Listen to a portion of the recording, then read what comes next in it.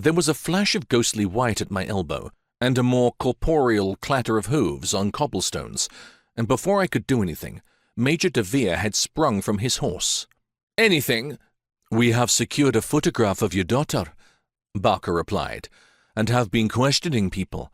We have been taking each street systematically, but nothing has turned up so far." "She's really gone? I can't believe it," de Vere said, shaking his head. "My girl in the hands of filthy white slavers. I mean, some part of me still clung to the hope she was off playing somewhere and would return in my absence."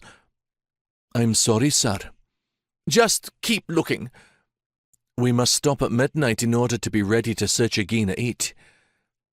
"Very well. Carry on," he stated like the officer that he was. He climbed back onto his gelding and rode off. "There goes a soul in torment," I said, watching the ghost horse as it disappeared into the night. Barker made no comment.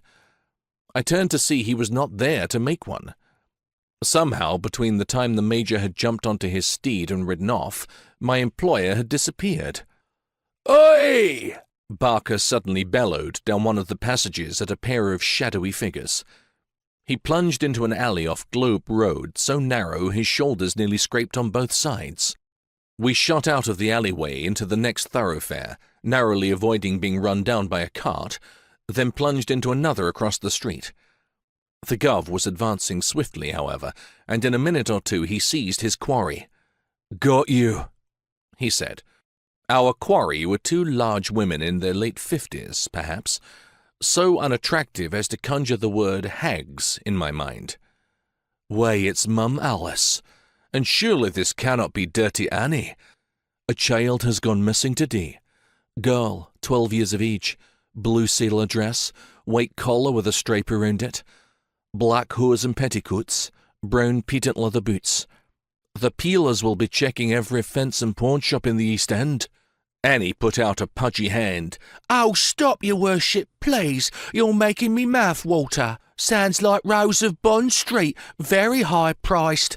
Couldn't ask for better." "I want you ladies to know if any of these articles should appear in the area, I'll be laying for both of you unless you find them first.